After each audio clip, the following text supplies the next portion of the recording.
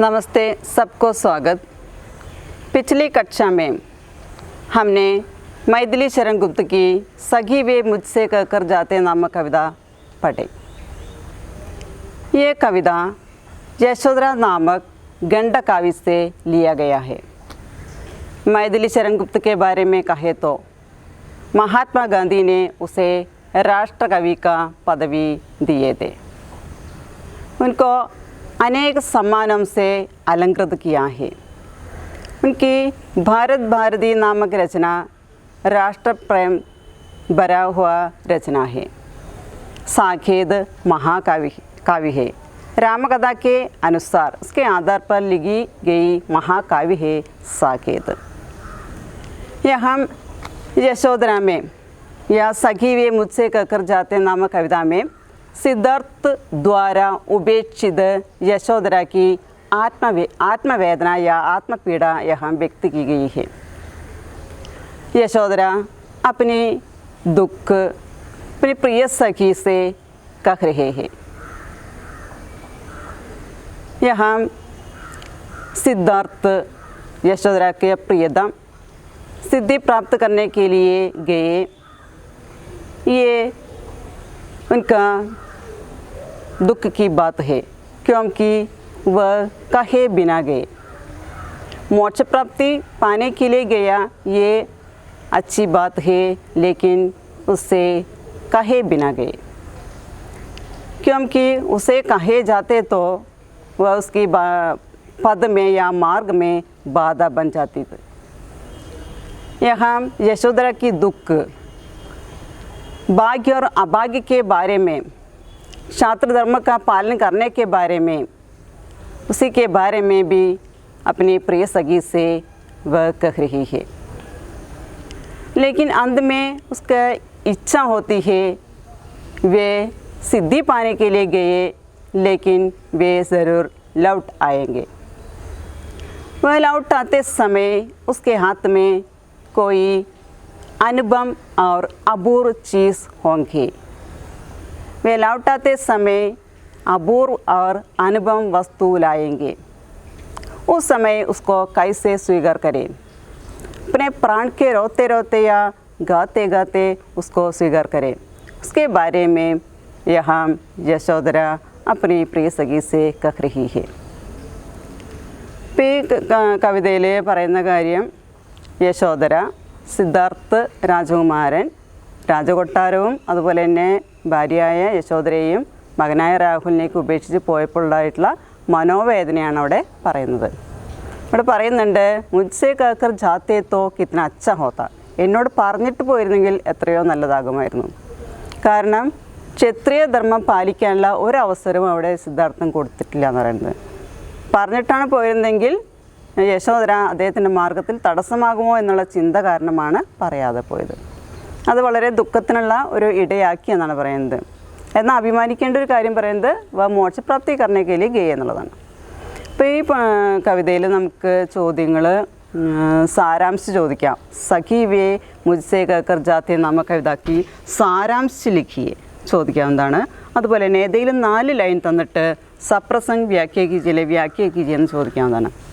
അതുപോലെ 2 മാർക്കിൻ്റെ ചോദ്യം ഇതിൽ ചോദിക്കാവുന്നതാണ്. നമുക്ക് യശോധര के लिए गौरव की बात क्या है ചോദിക്കാം.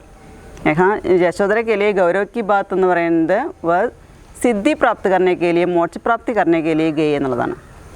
അല്ലെ ദുഃഖ की बात क्या है ചോദിച്ചു കഴിഞ്ഞാൽ അതിന് നമുക്ക് പറയാൻ പറ്റും, ദുഃഖ की बात वह मुझसे नहीं कहे गए, പറയാതെ പോയി എന്നുള്ളതാണ് ദുഃഖത്തിൻ്റെ കാര്യമായിട്ട് പറഞ്ഞത്. കാരണം ചോരി ചുപ്കെ ഗए എന്ന് പറയുന്നത് രാത് में सोते समय പത്നി और പുത്ര से कहे बिना गए എന്ന് പറയുന്നത്.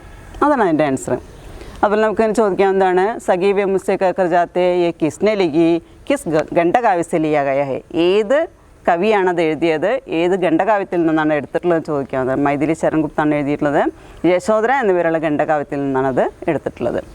അതുപോലെ സിദ്ധാർത്ഥ എന്തുകൊണ്ടാണ് സിദ്ധാർത്ഥ് ഗർസേ ക്യോം ചുപ്ചാപ് ചലേ ഗയേ, എന്തുകൊണ്ടാണ് ആരോടും മിണ്ടാതെ പോയത്, അതിനുള്ള ആൻസർ ഇതാണ്. അതായത് ഉസ്കെ പദമേ ഉസ്കെ മാർഗമേ ബാധ या प्रतिबंध बन जाती इस कारण से. അതുപോലെ തന്നെ നമുക്ക് ചോദിക്കാവുന്നതാണ്, എന്ത് क्या सोचकर यशोधरा यहाँ आश्वस्त होती है, എന്താലോചിച്ചിട്ടാണ് യശോധര ഇവിടെ ആശ്വസിക്കുന്നത് ചോദിക്കാവുന്നതാണ്. യശോധര ആശ്വസിക്കാനുള്ള കാരണം എന്താണ്? ഉനക്ക് വിശ്വാസ് ഹേ സിദ്ധാർത്ഥ് യാ ഗൗതം ബുദ്ധ जरूर लौट आएंगे. वह सिद्धि प्राप्त करने के बाद अपने राजमहल में अवश्य या ज़रूर लौट आएंगे. यहाँ आते समय उसके हाथ में या उसके साथ किसी या कोई अनुपम चीज़ होंगे या लाएंगे.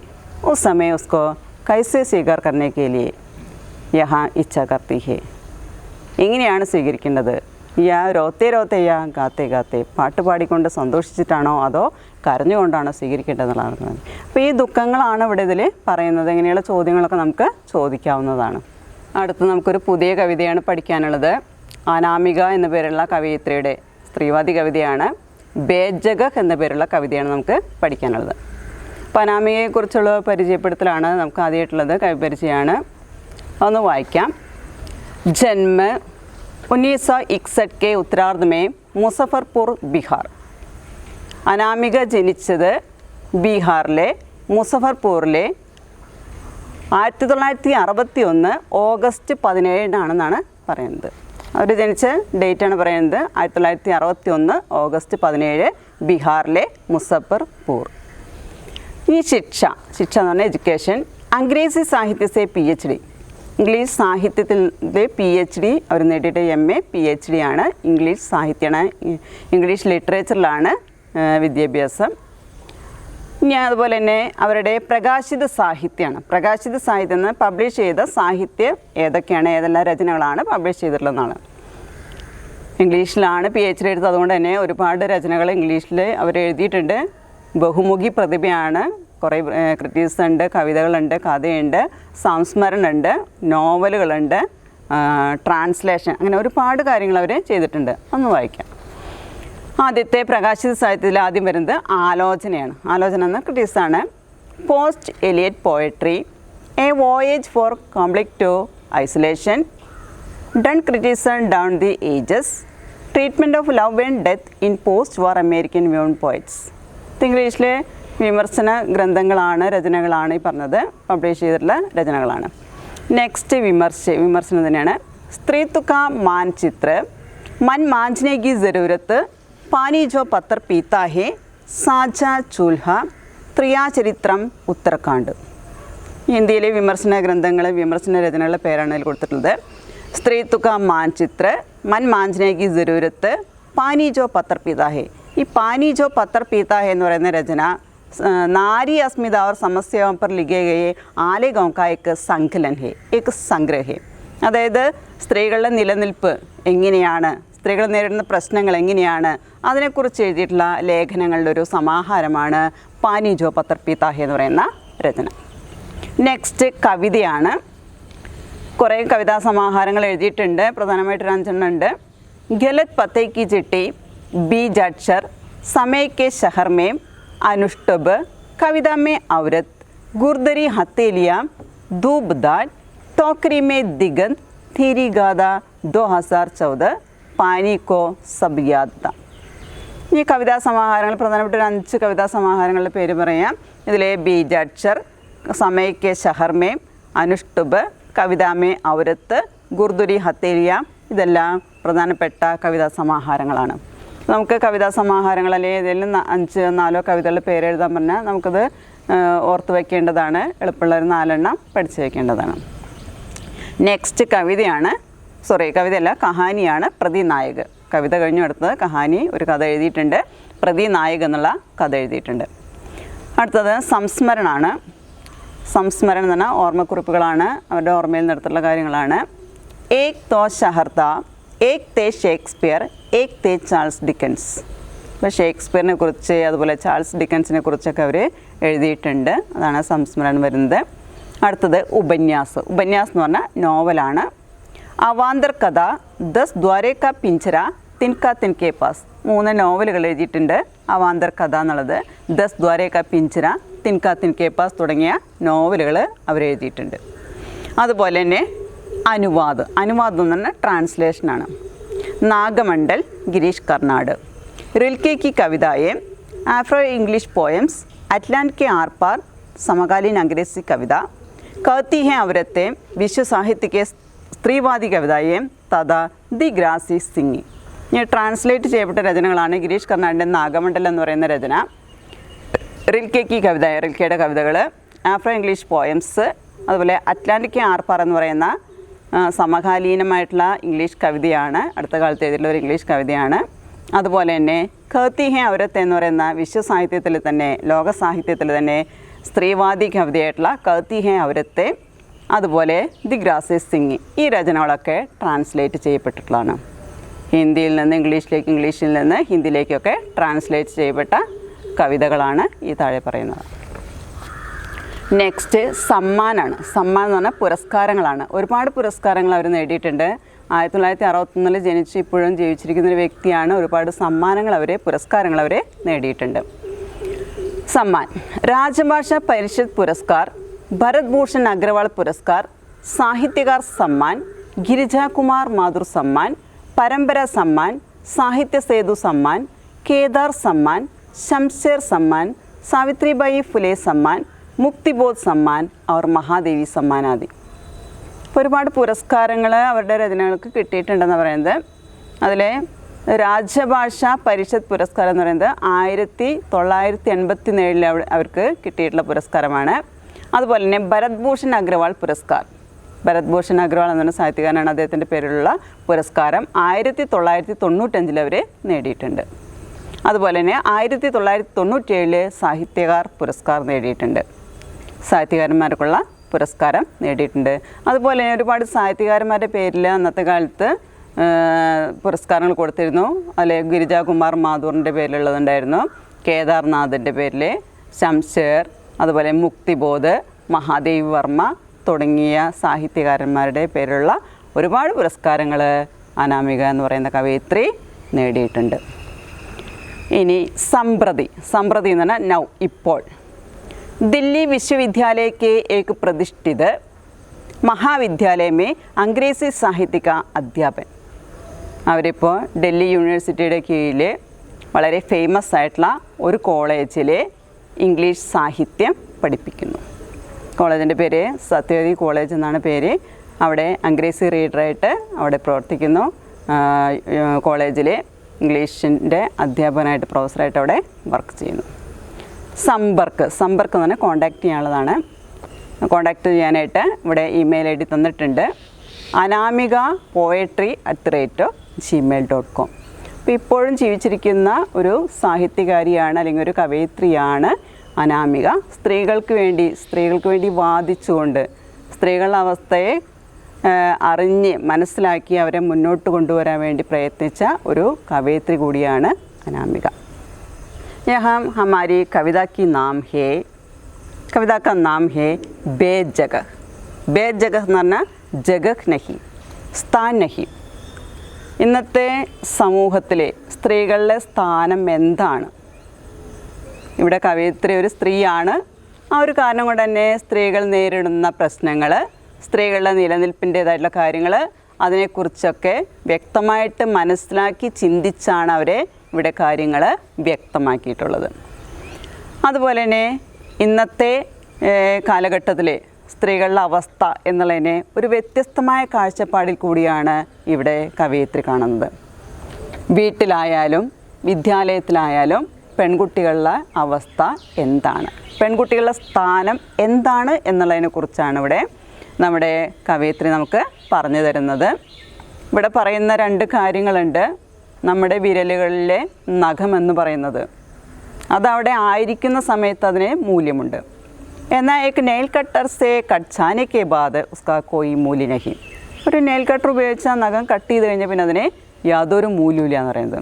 അതുപോലെ തന്നെ ഹമാര കേസ് യാ ബാൽ, നമ്മുടെ മുടിയുടെ അവസ്ഥ തന്നെയാണ്. നമ്മുടെ മുടിയിരിക്കുന്ന സ്ഥലം എന്ന് പറയുന്നത് അപ്പന സിർഹി, നമ്മുടെ സ്വന്തം തലയിലാണ് മുടിയിരിക്കുന്നത്. ഇതിലേക്ക് വഹാംസെ ഗിർ ജാനെ കെ ബാദ്, പക്ഷെ അവിടെ നിന്ന് വീണ് കഴിഞ്ഞാൽ, അല്ലെങ്കിൽ കങ്കിമി ഫസ്റ്റ് ജാനെ കെ ബാദ്, ചീകുമ്പോൾ ചീപ്പിൽ കുടുങ്ങിയാൽ അതിന് ശേഷം ഉൻക കോയി മൂല്യ നഹി ഹെ. ഇപ്പം നഖമായാലും അവിടെ തന്നെ നമ്മൾ പറയുന്നുണ്ട്, നഖമായാലും മുടിയായാലും അതിന് നിൽക്കുന്ന സ്ഥലത്ത് നിൽക്കുകയാണെങ്കിൽ, അതിനൊരു സ്ഥാനമുണ്ട്, അവിടെ നിൽക്കുകയാണെങ്കിൽ അതിന് വിലയുണ്ട്, മൂല്യമുണ്ട്. എന്നാൽ അത് താഴേക്ക് വീണ് കഴിഞ്ഞാൽ, അത് കട്ട് ചെയ്ത് കഴിഞ്ഞാൽ ആ സാധനത്തിന് ഒരു വിലയുമില്ല. ഇത് തന്നെയാണ് സ്ത്രീകളുടെ ഇന്നത്തെ അവസ്ഥ എന്നാണ് ഇവിടെ കവയിത്രി പറയുന്നത്. നമുക്ക് കവിതയിലേക്ക് പോകാം. കവിത കന്ന ബേജഗഹ്. ബേജഗഹ് എന്ന് പറഞ്ഞാൽ ജഗഹ് നഹീം അല്ലെങ്കിൽ സ്ഥാൻ നഹീം. अपनी जगह से गिरकर कहीं के नहीं रहते केश औरतें और नाखून. अन्वय करते थे किसी श्लोक का ऐसे हमारे संस्कृत टीचर और मारे डर के जम जाती थी हम लड़कियां अपनी जगह पर. ഇവിടെ कवयित्री अनामिका के मन में संस्कृत टीचर के कहने के बारे में याद आते हैं. मेरा संस्कृत टीचर किसी श्लोक का ऐसे अन्वय करते थे. സംസ്കൃത ടീച്ചർ ഒരു ശ്ലോകത്തിൻ്റെ അർത്ഥമോടെ പരിചയപ്പെടുത്തി തരാണ് ചെയ്യുന്നത്. അതിൽ പറയുന്ന കാര്യം ഇങ്ങനെയാണ്: അപ്പനി ജഗസേ ഗിർക്കർ കഹീം കെ നഹീ രഹത്തെ കേശ് ഔരത്തെ നാഖൂൻ. കേശ് എന്ന് പറഞ്ഞാൽ മുടിയാണ്, നാഖൂൻ എന്ന് പറഞ്ഞാൽ നഖം. അപ്പോൾ സ്വന്തം സ്ഥാനത്തൊന്ന് വീണ് കഴിഞ്ഞാൽ അതിന് പിന്നെ എവിടെയും നിലനിൽപ്പില്ല എന്ന് പറയുന്നത്. അത് മുടിയായാലും നഖമായാലും സ്ത്രീ ആയാലും അവർക്ക് നിൽക്കുന്ന സ്ഥാനമുണ്ട്. ആ സ്ഥാനത്തുനിന്ന് മാറിക്കഴിഞ്ഞാൽ യാതൊരു മൂല്യമില്ല എന്ന് പറയുന്നത്.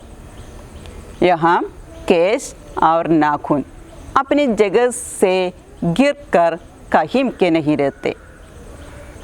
यहाँ केश का स्थान सिर है और नाखून का स्थान हमारे उंगलियां है. एक नेल कटर से ये कट जाने के बाद उनका कोई मूल्य नहीं.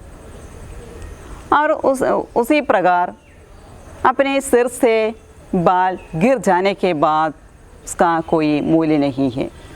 उसी प्रकार है അവരത്വം की हालत. അപ്പോൾ നമ്മളായിരിക്കുന്നിടത്ത് നമ്മൾ ഇരിക്കുകയാണെങ്കിൽ, അതായത് നഖമായാലും മുടിയായാലും നമ്മൾ എവിടെയാണോ നമ്മളത് വേണ്ടത് അവിടെ ആണെങ്കിൽ അതിന് വിലയുണ്ട്. അതല്ലെങ്കിൽ അത് പുറത്തേക്ക് വീണ് കഴിഞ്ഞാൽ, അത് കട്ട് ചെയ്ത് കഴിഞ്ഞാൽ അതിന് യാതൊരു വിലയുമില്ല. ഇന്നത്തെ സ്ത്രീകളുടെ അവസ്ഥ ഇതാണെന്നാണ് ഇവിടെ കവയിത്രി പറയുന്നത്. और मारे डर के जम जाती थी हम लड़कियां अपनी जगह पर. मारे डर के എന്ന് പറഞ്ഞാൽ ഡർ കെ മാരെ, പേടിച്ചിരണ്ട്, ഭയന്ന്. ജം ജാത്തി തീ ഉറച്ചു പോവുക. ഹം ലടിക്കിയ അപ്നി ജഗ പർ ജം ജാത്തി തീ ഡർ കെ മാരെ ജം ജാത്തി തീ. ഇപ്പോൾ പെൺകുട്ടികൾ വിദ്യാലയത്തിലായാലും നമ്മുടെ വീടുകളിലായാലും പണ്ടത്തെ ഒരു സാഹചര്യം എന്ന് പറഞ്ഞാൽ, പഴയ കാലഘട്ടം എന്ന് പറഞ്ഞു കഴിഞ്ഞാൽ സ്ത്രീകൾക്ക് വിദ്യാഭ്യാസം കിട്ടിയിരുന്നില്ല, അവർക്ക് പുറത്തേക്ക് ഇറങ്ങാൻ പറ്റിയിരുന്നില്ല, അതുപോലെ പഠിക്കാൻ പോകാനോ ജോലിക്ക് പോകാനോ സാധിച്ചിരുന്നില്ല. അവരുടെ സ്ഥാനം എന്ന് പറയുന്നത് എല്ലായ്പ്പോഴും വീടിൻ്റെ 4 ചുവരുകൾക്കുള്ളിലായിരുന്നു. അപ്പം ഈ രസോയിസെ ശുരു കർത്താ ഹെ, അവരുടെ അടുക്കളയിൽ നിന്നാണ് അവരുടെ ജീവിതം ആരംഭിക്കുന്നത്. നമുക്ക് കോയി ഗർ നഹി ഹെ, അവർക്ക് പ്രത്യേകിച്ചൊരു വീടില്ല, കോയി കമര നഹി ഹെ. അപ്പോൾ സ്ത്രീകൾക്ക് പണ്ടത്തെ കാലത്ത് ഒരു തരത്തിലുള്ള സൗകര്യങ്ങളും ഇല്ല എന്നാണ് പറയുന്നത്. സൗകര്യങ്ങളില്ലാത്ത അവസ്ഥ. അപ്പോൾ അവർ സ്ത്രീകൾ വീടിൻ്റെ 4 ചുവരുകൾക്കുള്ളിൽ 4 ദീവാരം കെ അന്തർ ഉൻകാ സ്ഥാൻ ഹെ. സ്ത്രീകളുടെ സ്ഥാനം എന്ന് പറയുന്നത് 4 ചുവരുകൾക്ക് ഉള്ളിലാണ്. ഉസ്സേ ബാഹർ ജാനെ കാ അധികാർ നഹി ഹെ, അനുമതി നഹി ഹെ, അതൊന്ന് പുറത്ത് കിടക്കാനുള്ള അനുവാദം ഉണ്ടായിരുന്നില്ല എന്ന് പറയുന്നത്. അപ്പം അങ്ങനെയുള്ള കാലഘട്ടത്തിൽ അവർ ജീവിച്ചിരുന്നത് ഡർക്കെ മാരെ അപ്പന ജീവൻ ബിതാത്തേത്തെ, പേടിച്ചിരണ്ട് ഭയന്ന് വിറച്ചാണ് അവർ നിൽക്കുന്ന സ്ഥലത്ത് തന്നെ ഉറച്ചു നിൽക്കുകയായിരുന്നു. ഉസ്കാ കോയി ഗർ നഹി ഹേ, ഉസ്കാ രഹനെ കെ ലിയെ കോയി സ്ഥാൻ നഹി ഹേ. അവർക്ക് നിൽക്കാനായിട്ട് പ്രത്യേകിച്ചൊരു സ്ഥലവും സ്ഥാനവും ഉണ്ടായിരുന്നില്ല എന്നാണ് ഇവിടെ കവിയത്ത് ആദ്യത്തെ സ്റ്റാൻസയിൽ പറയുന്നത്. ഇവിടെ പറയുന്നത് സ്ത്രീകൾ ആരെപ്പോലെയെന്ന് പറയുന്നത് നഖത്തെ പോലെയാണ്, നമ്മൾ വെട്ടിയിട്ട് നഖത്തെ പോലെയാണ്, നമ്മുടെ തലയിൽ നിന്ന് കൊഴിഞ്ഞു പോയിട്ടുള്ള മുടിക്ക് സമാനമാണ് സ്ത്രീകളുടെ അവസ്ഥ എന്നാണ് അവിടെ കവയിത്രി പറയുന്നത്. അടുത്ത നെക്സ്റ്റ് സ്റ്റാൻസ വായിക്കാം. ജഗ ജഗ ക്യാ ഹോത്തി ഹേ യ വൈസെ ജാൻ ലിയാ ദാ ഹംനെ अपनी पहली कक्षा में ही याद था हमें एक एक क्षण आरंभिक पाठों का. राम पाठशाला जा, राधा खाना पका, राम आ पताशा खा, राधा झाड़ू लगा, भैया अब सोएगा, जाकर बिस्तर बिछा। आहा, नया घर है। राम, देख ये तेरा कमरा है और मेरा। ओ पगली, लड़कियाँ हवा, धूप, मिट्टी होती है, उनका कोई घर नहीं होता। जगह क्या है? സ്ഥാനം എന്താണ്? ജഗ ക്യാ ഹോത്തി ഹേ? എന്താണ് സ്ത്രീകളുടെ സ്ഥാനം? എവിടെയാണ് സ്ഥാനം? എവിടെയാണ് അവർക്ക് നിലനിൽപ്പ്? ये वैसे जान लिया था हमने अपनी पहली कक्षा में ही।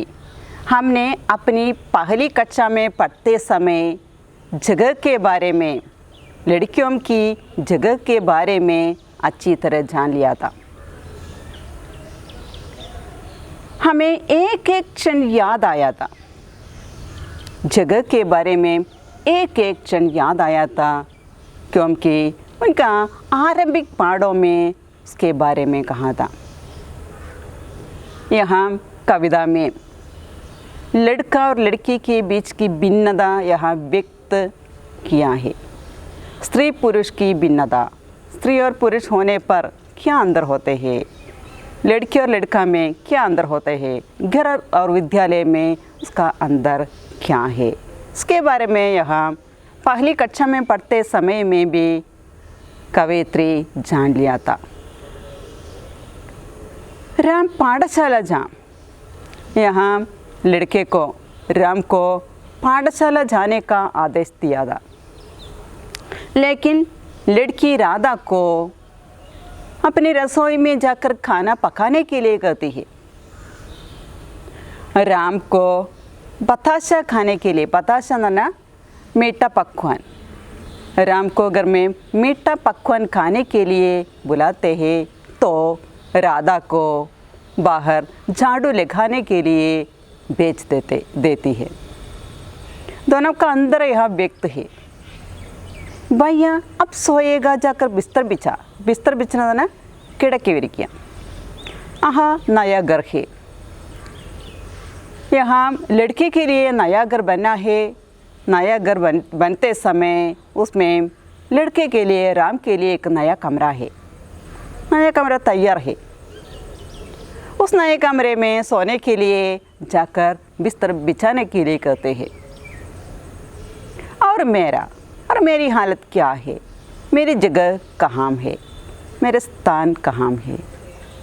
लड़की सोच रही है। ओ पगली, लड़कियाँ हवा, धूप, मिट्टी होती है, उनका घर कोई नहीं होता। उस समय मेरा स्थान, मेरा जगह, मेरी जगह कहाँ है, क्या है, उसका उत्तर यहाँ देते हैं। लड़कियाँ हवा, धूप और मिट्टी के समान है। हमारे संसार में हवा, धूप, मिट्टी आदि होती है, उसी के समान है स्त्री की हालत। उनका कोई घर नहीं होता। उसी प्रकार स्त्रियों को, लड़कियों को कोई घर, कोई कमरा नहीं होता. ഈ സ്റ്റാൻസിൽ പറയുന്നത്, അതായത് നമ്മുടെ കവയിത്രി 1ാം ക്ലാസ്സിൽ പഠിക്കുമ്പോൾ തന്നെ വിദ്യാലയത്തിലെ പെൺകുട്ടികളുടെ സ്ഥാനം എന്താണെന്നുള്ളതിനെക്കുറിച്ച് കൃത്യമായിട്ട് അറിഞ്ഞിട്ടുണ്ടായിരുന്നു. അവർക്കത് ഓരോ നിമിഷവും ഓർമ്മയിൽ വരുന്നുണ്ടായിരുന്നു. ആ തുടക്കത്തിലെ പാഠങ്ങളിൽ തന്നെ പറയുന്നുണ്ട്, രാമനോട് സ്കൂളിൽ പോകാനായിട്ട് നിർദ്ദേശം കൊടുക്കുന്നു. രാധയോടാണെങ്കിൽ അടുക്കളയിൽ പോയി ഭക്ഷണം പാകം ചെയ്യാനായിട്ട് രാധയെ അയക്കുന്നു. അവിടെ ആ ലड़का और लड़की के बीच की अंतर, ये भिन्नता यहाँ व्यक्त की गई है. ആ വ്യത്യാസത്തോടെ പറയുന്നുണ്ട്. രാം കോ മീഠ പക്വാൻ ഖാനെ കെ ലിയെ ബുലാത്തെ ഹെ. രാമനെ, ആൺകുട്ടി അവിടെ എന്ത് ചെയ്യുന്നു? നല്ല മധുരപലഹാരം കഴിക്കാനായിട്ട് വിളിക്കുന്ന സമയത്ത് പെൺകുട്ടി എന്തിനാണ് പറഞ്ഞേക്കുന്നത്? മുറ്റമടിക്കാനായിട്ട് പറഞ്ഞയക്കുന്നു. ഝാഡു ലഗാന തന്നെ അടിച്ചു വാരുക. അതുപോലെ തന്നെ ഏക് നയാ ഘർ തയ്യാർ കർത്തേ ഹെ बनता है, ഒരു പുതിയ വീടുണ്ടാക്കുന്നു. ഉസ് ഘർ മേ ലड़के के लिए एक नया कमरा तैयार करते हैं. ആൺകുട്ടിക്ക് വേണ്ടിയിട്ട് ഒരു പുതിയ റൂം തന്നെ ആ വീടിനുള്ളിൽ സജ്ജമാക്കുന്നു. അവിടെ പോയി കിടക്ക വിരിച്ച് ഉറങ്ങാനായിട്ടാണ് അവിടെ ആവശ്യപ്പെടുന്നത്. അപ്പോൾ ആൺകുട്ടികൾക്ക് ഒരുപാട് സൗകര്യങ്ങൾ വെച്ച് കൊടുക്കുന്നു, എന്നാൽ പെൺകുട്ടികൾക്ക് യാതൊരു സൗകര്യമില്ല. ഉറങ്ങാനായിട്ടോ കിടക്കാനായിട്ടോ റൂം പോലും ഇല്ലാത്ത അവസ്ഥ. എല്ലാ ആനുകൂല്യങ്ങളും ആൺകുട്ടികൾക്ക് കൊടുക്കുന്നു. ആൺകുട്ടികൾ മാത്രം പഠിച്ചാൽ മതി, പെൺകുട്ടികൾക്ക് വിദ്യാഭ്യാസം വേണ്ട എന്ന് പറയുന്നൊരു കാലഘട്ടത്തിൽ കൂടിയാണ് നമ്മൾ കടന്നുപോയിക്കൊണ്ടിരുന്നത്. ഇപ്പോൾ ഇവിടെ സ്ത്രീകൾ എന്ന് പറഞ്ഞാൽ പെൺകുട്ടികൾ എന്ന് പറഞ്ഞാൽ ഇവിടെ നമ്മുടെ സമൂഹത്തിൽ എന്തിനെ പോലെ എന്ന് പറയുന്നത് ഹവ ധൂപ് മിട്ടിക്ക് സമാൻ ഹോത്തി ഹേ അവരത്തെ വ്യായിലടിക്കുക. പെൺകുട്ടികളെന്ന് പറയുന്നത് നമ്മുടെ കാറ്റിനെ പോലെയാണ്, വെയിലിനെ പോലെയാണ്, മണ്ണിനെ പോലെയാണ്. അതിന് പ്രത്യേകിച്ചൊരു സ്ഥലം, വീടിൻ്റെ ആവശ്യം, റൂമിൻ്റെ ആവശ്യം ഇല്ല. അതുപോലെയാണ് ആജ് കി സ്ത്രീയും കി ഹാലത്ത് യാ ലടിക്കും കി ഹാലത്ത്. ഇന്നത്തെ പെൺകുട്ടികളുടെ അവസ്ഥ എന്ന് പറയുന്നത് അതാണ്. പെൺകുട്ടികൾക്ക് പുറത്തിറങ്ങാൻ പാടില്ല. ഒരു കുറച്ച് വർഷങ്ങൾക്ക് മുൻപ് വിദ്യാഭ്യാസം കൃത്യമായിട്ട് കിട്ടിയിരുന്നില്ല. പുറത്തിറങ്ങാൻ പാടില്ല, ജോലിക്ക് പോകാൻ പാടില്ല, വീടിൻ്റെ ഉള്ളിൽ തന്നെ ഇരിക്കാൻ പാടുള്ളൂ. അതുപോലെ തന്നെ ഉറക്കെ ചിരിക്കാൻ പാടില്ല, ഉറക്കെ സംസാരിക്കാൻ പാടില്ല. അങ്ങനെയുള്ള ഒരുപാട് നിയന്ത്രണങ്ങൾ ഒരു കാലത്തുണ്ടായിരുന്നു. പക്ഷേ ഇന്നത്തെ സമൂഹത്തിൽ സ്ത്രീകൾ മുന്നോട്ട് വന്നുകൊണ്ടിരിക്കുകയാണ്. പഴയ കാര്യങ്ങളെ കണ്ടുകൊണ്ട്, ജീവിതത്തിലെ കുറേ അനുഭവങ്ങൾ കണ്ടുകൊണ്ടാണ് അനാമിക ഇങ്ങനെ ഒരു രചന എഴുതിയിരിക്കുന്നത്, ഇങ്ങനൊരു കവിത തയ്യാറാക്കിയിരിക്കുന്നത്. ഇപ്പോൾ സെക്കൻഡ് സ്റ്റാൻസയിൽ പറയുന്ന കാര്യം ഇതാണ്: ആൺകുട്ടികളും പെൺകുട്ടികളും തമ്മിലുള്ള അന്തരം എന്ന് പറയുന്നത് ഗർ और വിദ്യാലയമേ, വീട്ടിലായാലും സ്കൂളിലായാലും ഏക് സമാൻ ഹോത്തെ ഹേ, ഒരുപോലെ തന്നെയാണ്. यहाँ कवयित्री कह रही है, अनामिका बता रही है, यहाँ लड़कियाँ हवा धूप और मिट्टी के समान होती है, उनका कोई घर नहीं होता, उनका कोई कमरा नहीं होता ആണ് സെക്കൻഡ് സ്റ്റാൻസയിൽ പറയുന്നത്. അടുത്തത് जिनका कोई घर नहीं होता, उनकी होती है भला कौन सी जगह होती है ऐसी जो छूट जाने पर औरत हो जाती है. लड़कियों का, औरतों का कोई घर नहीं होता, कोई जगह नहीं होता, कोई സ്ഥാൻ नहीं होता. അവർക്ക് അവരുടെ ജീവിതത്തിലെ പ്രത്യേകിച്ചൊരു വീടോ ഒരു സ്ഥാനമോ ഇല്ല എന്നാണ് പറയുന്നത്. ഉൻകി ഹോത്തി ഹേ ഭല കോൺ സി ജഗ, ഉൻകി ജഗ ഹോത്തി ഹേ തോ, അവർക്കൊരു സ്ഥാനമുണ്ടെങ്കിൽ യേ കോൺ സി ജഗ ഹോത്തി ഹേ, അത് ഏത് സ്ഥലമായിരിക്കും. ജോ छूट जाने पर औरत हो जाती है. ഇപ്പോൾ ഏതിൽ നിന്ന്, അതായത് മുടിയും നഖവുമൊക്കെ പോകുന്നത് പോലെ തന്നെ ആ സ്ത്രീകൾ നിൽക്കുന്നിടത്ത സ്ഥലത്തു നിന്ന് അവർ മാറിക്കഴിഞ്ഞാലും അവർ സ്ത്രീകൾ തന്നെയാണ്. അതിലൊരു മാറ്റവും അവിടെ സംഭവിക്കുന്നില്ല. അപ്പോൾ സ്ത്രീകൾക്കായിട്ട് പ്രത്യേകിച്ചൊരു സൗകര്യമോ ആനുകൂല്യങ്ങളോ ഒന്നും തന്നെ ഇവിടെ കൊടുക്കുന്നില്ല. അവരെ സ്ത്രീകളെപ്പോഴും എന്താ പറയുക, ഒരു നിലനിൽപ്പില്ലാത്ത അല്ലെങ്കിൽ അവരുടെ പ്രശ്നങ്ങളുടെ ഉള്ളിൽ കൂടി കടന്നു പോകുന്ന ഒരു വിഭാഗമായിട്ടാണ് ഇവിടെ കണക്കാക്കുന്നത്. कटे हुए नाखूनों कंघी में फंसकर बाहर आए केशम से एकदम से बुखार दी जाने वाली എന്ന് പറഞ്ഞാൽ മുറ്റമടിക്കുക എന്നുള്ള അർത്ഥമാണ്. എന്നാണ് ജൽദി സെ. കട്ടേ ഹുയെ നാഖൂനോം और कंघी में फंसकर बाहर आए केशम की तरह है. कंघी എന്നാണ് ചീപ്പ്. कंघी में फंसकर എന്ന് പറഞ്ഞാൽ ചീപ്പിൽ കുടുങ്ങിയിട്ട്, ചീകുമ്പോൾ ചീപ്പിൽ കുടുങ്ങിയിട്ട് പുറത്തേക്ക് വരുന്ന ബാലോം की तरह है औरत की स्थान. कटे हुए नाखूनों की तरह नेल कटर से कट जाने के बाद नाखून की हालत कैसा है. अपने सिर से कंघी में फंसकर बाहर आए केशम की हालत कैसा है, उसी तरह है स्त्री की या लड़कियों की हालत.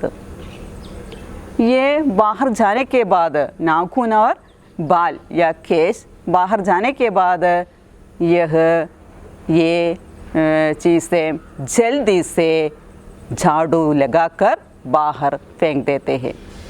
ഇപ്പോൾ നഖം വെട്ടിയിട്ടായാലും മുടി കൊഴിഞ്ഞ് വീണതായാലും ചീപ്പിൽ കുടുങ്ങിയതായാലും കെട്ടായിട്ട് പൊട്ടിയതായാലും അതെല്ലാം പുറത്തേക്ക് താഴെ വീണ് കഴിഞ്ഞാൽ പെട്ടെന്ന് തന്നെ അടിച്ച് വൃത്തിയാക്കത് പുറത്തേക്ക് എറിയുന്നു.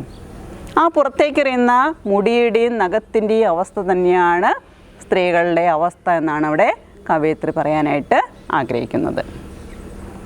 नाखूनों कटे हुए नाखूनों, नेल कटर से कटे हुए नाखून और कंघी में फंसकर बाहर आए केशम की तरह है औरतों की हालत, लड़कियों की हालत.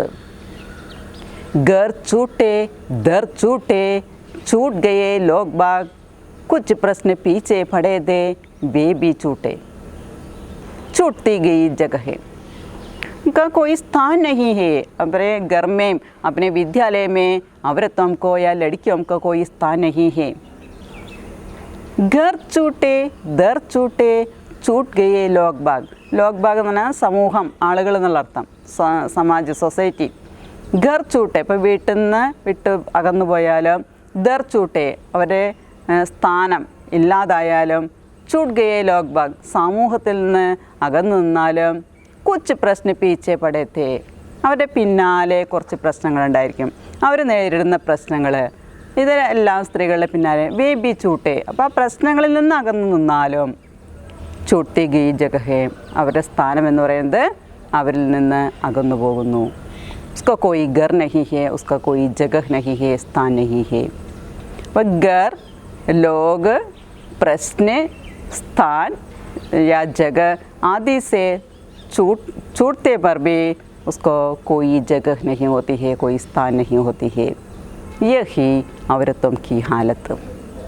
ഇപ്പോൾ വീടായാലും സ്ഥാനമായാലും ജനങ്ങളായിട്ടുള്ള സഹവാസം, അതുപോലെ തന്നെ ഇതിൻ്റെ പിന്നാലെ വരുന്ന പ്രശ്നങ്ങൾ എല്ലാം പോയാലും ഇവരുടെ സ്ഥാനം എന്ന് പറയുന്നത് പഴയത് തന്നെയാണ്. അതിൽ നിന്ന് അകന്നു പോയാൽ ഉनको कोई मूल्य नहीं है, അവർക്ക് പിന്നെ യാതൊരു വിലയുമില്ല എന്നാണ് ഇവിടെ പറഞ്ഞു വരുന്നത്. लेकिन कभी कभी तो नेल कटर या कंकियों में फंसे पड़े होने का एहसास नहीं हुआ. एहसास होना ना अनुभव, फील किया. लेकिन कभी कभी तो नेल कटर या कंकियों से, പക്ഷേ ചിലപ്പോഴൊക്കെ नेल कटर से कटे हुए नाखून और कंकियों में फंसे पड़े होने का एहसास नहीं होता है. അതായത് വീടായാലും അതുപോലെ സ്ഥാനമാനങ്ങൾ, സൊസൈറ്റി പ്രശ്നങ്ങൾ, ഇതിൽ നിന്നെല്ലാം അകന്നു പോയാലും ഈ സ്ത്രീകൾക്ക്, പെൺകുട്ടികൾക്ക് ഒരിക്കലും നെയിൽ കട്ടറിൻ്റെ ഉള്ളിൽ അല്ലെങ്കിൽ ചീപ്പിൻ്റെ ഉള്ളിൽ കുടുങ്ങിയ അവസ്ഥയായിട്ട് അവർക്ക് ഒരിക്കലും അവരുടെ ജീവിതത്തിൽ തോന്നാറില്ല എന്നാണ് പറയുന്നത്. അപ്പോൾ അങ്ങനെ ഒരു അനുഭവം അവർക്ക് ഉണ്ടാകുന്നില്ല. എന്തിൽ കുടുങ്ങിയാലും അവരായി തന്നെ നിലനിൽക്കുന്നു. നെയിൽ കട്ടർ കൊണ്ട് വെട്ടിക്കളഞ്ഞ നഖമായാലും ചീപ്പിൻ്റെ ഉള്ളിൽ കുടുങ്ങിയ മുടിയായാലും അങ്ങനെ ഒരു അനുഭവം അവർക്ക് ഫീൽ ചെയ്യുന്നില്ല എന്നാണ് പറയുന്നത്. അവരെ എങ്ങനെയാണോ പണ്ടുണ്ടായിരുന്നത് അതേ അവസ്ഥ തന്നെയാണ് അവരുടെ എന്ന് പറയുന്നത്. परंपरा से छूटकर बस ये लगता है किसी बड़ी क्लासिक से पास कोर्स BA के प्रश्न पत्र पर छिड़की छोटी सी पंक्ति हूँ, चाहती नहीं लेकिन कोई करने बैठे मेरी व्याख्या सप्रसंग. ക്ലാസിക്സ് എന്ന് പറഞ്ഞാൽ ക്ലാസിക് കൃതികൾ, ക്ലാസിക് രചനകൾ, ക്ലാസിക് ഗ്രന്ഥങ്ങൾ. പ്രശ്നപത്രം എന്ന് പറഞ്ഞാൽ ചോദ്യപേപ്പർ, ക്വസ്റ്റ്യൻ പേപ്പർ. അതുപോലെ തന്നെ പങ്ക്തി എന്ന് പറഞ്ഞാൽ ലൈനുകൾ. സപ്രസംഗ് എന്ന് പറഞ്ഞാൽ സന്ദർഭയ്ക്കനുസാർ, സന്ദർഭ സഹിതം, സന്ദർഭത്തിനനുസരിച്ച് വ്യാഖ്യാകരണം എന്ന് പറഞ്ഞാൽ എക്സ്പ്ലെയിൻ ചെയ്ത് വിവരിക്കുക. परंपरा से छूटकर बस ये लगता है, अपने परंपरा से छूटकर, स्त्रियों की अपनी परंपरा से छूटकर उन्हें लगता है, അവർക്ക് തോന്നാണ് वह किसी बड़े क्लासिक रचना की पंक्ति है, അവരെ ഏതോ ഒരു ക്ലാസിക് ഗ്രന്ഥത്തിൽ അല്ലെങ്കിൽ ക്ലാസിക് രചനയിലെ വരികളായിട്ടാണ് അവർക്ക് തോന്നുന്നത്. BA के प्रश्न पत्र पर छिड़की हुई है, BA പരീക്ഷയുടെ ചോദ്യപേപ്പറിൽ കുടുങ്ങിക്കിടക്കുന്ന, വ്യാപിച്ചു കിടക്കുന്ന ഏക്ക് ചോട്ടി സി പങ്ക്തി ഹേ ഉൻകാ ജീവൻ, ഒരു ചെറിയ കുറച്ച് വരികളായിട്ടാണ് അവരുടെ ജീവിതത്തെ അവർക്ക് തോന്നുന്നത്. ലേക്കിൻ വ ഉസേ നഹീ ചാത്തി, പക്ഷെ അവരതങ്ങനെ ആഗ്രഹിക്കുന്നില്ല.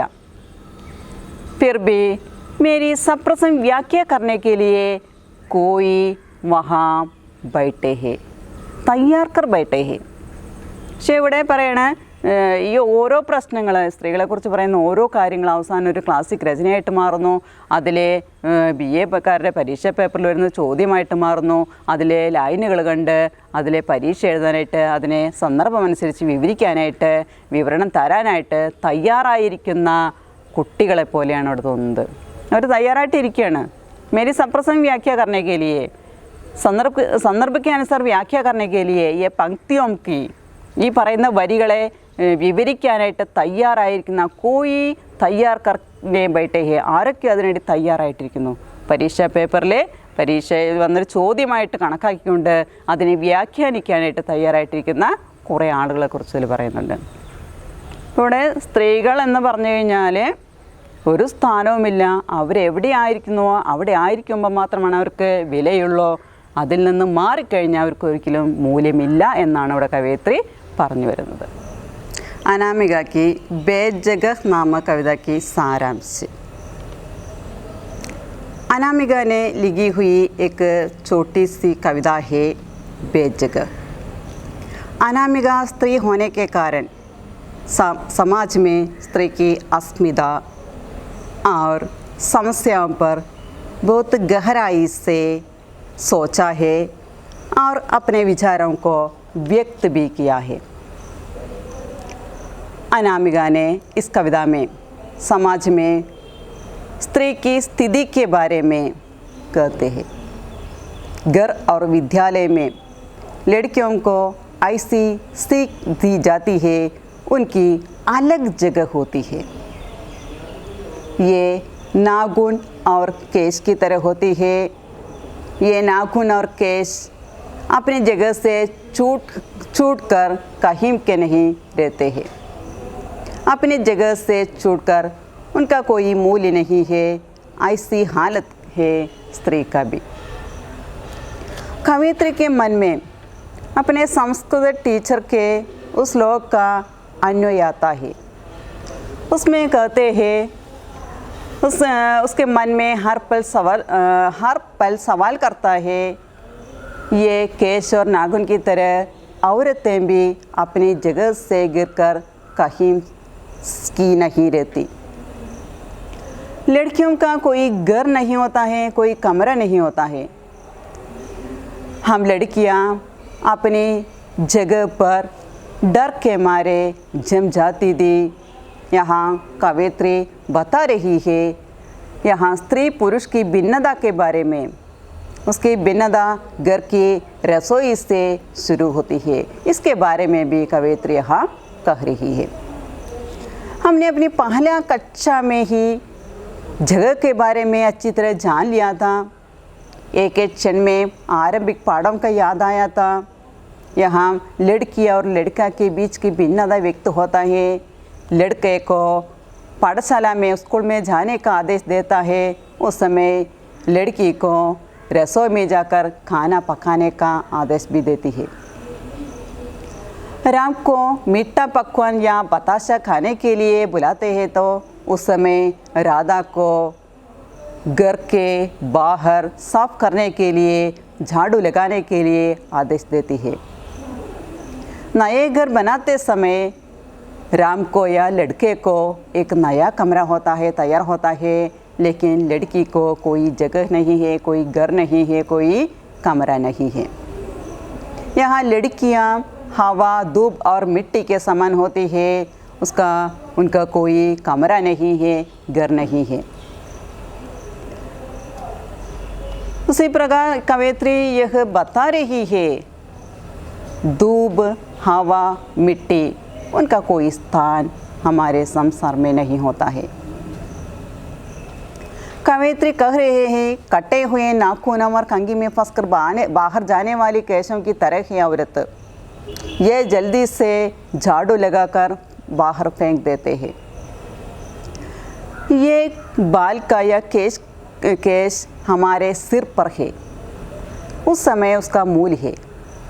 लेकिन अपने सिर से ये बाल झड़ जाने के बाद, गिर जाने के बाद उसका कोई मूल्य नहीं है। और अपना उंगलियों पर नाखूनों का स्थान है। ये नाखूनों को नेल कटर से कट जाने के बाद उनका कोई मूल्य नहीं है। उसी प्रकार है हमारी स्त्रियों की हालत। कवित्री आगे बता रही है, घर, लोग, प्रश्न, जगह, सबके छूटने पर भी लड़की को नेल कटर या कंघियों में फंसे पड़ने का एहसास नहीं होता है, उसका फील नहीं होता है। लेकिन उसे लगता है वह किसी क्लासिक रचना की एक पंक्ति है जो बीए की प्रश्न पत्र पर आता है, छिड़क गई है। कोई उसकी व्याख्या करने के लिए, संदर्भ के अनुसार व्याख्या करने के लिए तैयार कर बैठा है। इस कविता में कवित्री स्त्री औरत की जगह को लेकर जो सोचने का नजरिया है, वह आज के समाज में औरत की ज़िंदगी के दुखों को देखकर बिल्कुल सही लगता है। वह सोच रहती है, चिंतित होती है, जगह से छूटी हुई औरत कटे हुए नाखूनों कंघी में फंसकर बाहर आने वाले केशों की तरह एकदम से जल्दी से बुखा दी जाने वाली स्थिति से गुजर रही है, अपना जीवन बिता रहे हैं। इस कविता में बेजगह नामक कविता में अनामिका यह भी बताना चाहती है कि वर्तमान समाज में स्त्री पुरुष की आधिपत्य के नीचे स्थित है। उसके पैरों के नीचे उसका स्थान है, स्त्रियों का स्थान है। इसका कारण उसका पारिवारिक माहौल है, पारिवारिक साहचर्य है और अच्छी तरह शिक्षा प्रणाली की कमी है। परंपरागत शिक्षा पद्धति, पारिवारिक माहौल दोनों के कारण स्त्रियों की स्थिति बहुत नीचे पर है। അപ്പോൾ ഈ കവിതയിൽ നമുക്ക് ചോദിക്കാവുന്ന ചോദ്യങ്ങൾ സമ്മറി ചോദിക്കാം. സാരാംശം ലിഖിയ ബേജഗഹ് നാമ കവിതയ്ക്ക് സാരാംശം ലിഖിയ നമുക്ക് എസ് എ ക്വസ്റ്റിനായിട്ട് ചോദിക്കാവുന്നതാണ്. അതുപോലെ തന്നെ ബേജഗഹ് നാമ കവിത കിസ്നെ ലിഖി, ആരാണ് എഴുതിയത് ചോദിക്കാം. അല്ലെങ്കിൽ കവിത കാ നാം ക്യാ ഹേ, അനാമികയ്ക്ക് കവിത കാ നാം ക്യാ ഹേ, ഇങ്ങനെ ചോദിക്കാം. അതുപോലെ തന്നെ 2 മാർക്കിൻ്റെ ക്വസ്റ്റിനായിട്ട് 5 മാർക്കിൻ്റെ ക്വസ്റ്റിനായിട്ട് ചോദിക്കാം. നമുക്ക് 4 ലൈൻ തന്നിട്ട്, ഇപ്പോൾ ഇതിൽ ഏതെങ്കിലും 4 ലൈൻ തന്നിട്ട് അതിൽ വ്യാഖ്യ കീച്ച് എന്നിട്ട് 5 മാർക്കായിട്ടുള്ള ചോദിക്കാവുന്നതാണ്. അതുപോലെ തന്നെ യഹാം स्त्री पुरुष और लड़का लड़की में क्या अंतर होती है, इसके बारे में कवित्री कह रही है. क्या अंतर है? പഹലി കക്ഷമേ പഠിത്ത സമയത്ത് 1ാം ക്ലാസ്സിൽ പഠിക്കുമ്പോൾ തന്നെ ആ വ്യത്യാസം മനസ്സിലായിരുന്നു. കാരണം ആൺകുട്ടികളെ എങ്ങനെയാണ് ട്രീറ്റ് ചെയ്യുന്നത്, അവർക്ക് എന്തെല്ലാം സൗകര്യങ്ങൾ കൊടുക്കുന്നു, അതുപോലെ പെൺകുട്ടികൾ എങ്ങനെയാണ് അവിടെ സൗകര്യങ്ങൾ എന്നുള്ള കാര്യം വ്യക്തമായിട്ട് നമുക്ക് ആ സ്റ്റാൻസിൽ പറയുന്നുണ്ട്. ആൺകുട്ടിയോട് നമ്മൾ പഠിക്കാൻ പോകാൻ പറയുന്നു, മധുരപലഹാരം കൊടുക്കുന്നു, അവന് പുതിയ വീട് പണിത് പുതിയ റൂം കൊടുക്കുന്നു. എന്നാൽ സ്ത്രീകൾക്ക് അവിടെ അടുക്കളയിൽ പോയിട്ട് ഭക്ഷണം പാകം ചെയ്യാനും അതുപോലെ തന്നെ മുറ്റമടിക്കാനും അതുപോലെ അവർക്ക് കിടക്കാനായിട്ട് റൂമുകളൊന്നും ഇല്ല. ആ ഒരു വ്യത്യാസം അതിൽ എടുത്തു പറയുന്നുണ്ട്. ഇവിടെ കവയിത്രി പറയുന്ന ഒരു കാര്യം എങ്ങനെയാണ്, ഈ പെൺകുട്ടികളെന്ന് പറയുന്നത് ഹം ലഡ്കിയ കിസ്കി തര ഹോത്തി ഹേ, കിസ്കെ സമാൻ ഹോത്തി ഹേ, ഈ പെൺകുട്ടികൾ ആരെപ്പോലെയാണ് എന്നുള്ളത് എടുത്തു പറയുന്നുണ്ട്. ഇവിടെ കവിതയിൽ പറയുന്നത് പെൺകുട്ടികൾ ആരെപ്പോലെയെന്ന് പറയുന്നത് ഹവ ധൂപ് और മിട്ടി के സമാൻ ഹേ. അതുപോലെ തന്നെ വീണ്ടും പറയുന്നൊരു കാര്യമുണ്ട്, നാഗുൻ കാ സ്ഥാൻ और केश का स्थान कहाँ है. नाखून का स्थान उंगलियों पर है, केश या बाल का स्थान अपना सिर है, लेकिन वहाँ से गिर जाने के बाद उसका कोई जगह नहीं है, कोई स्थान नहीं है.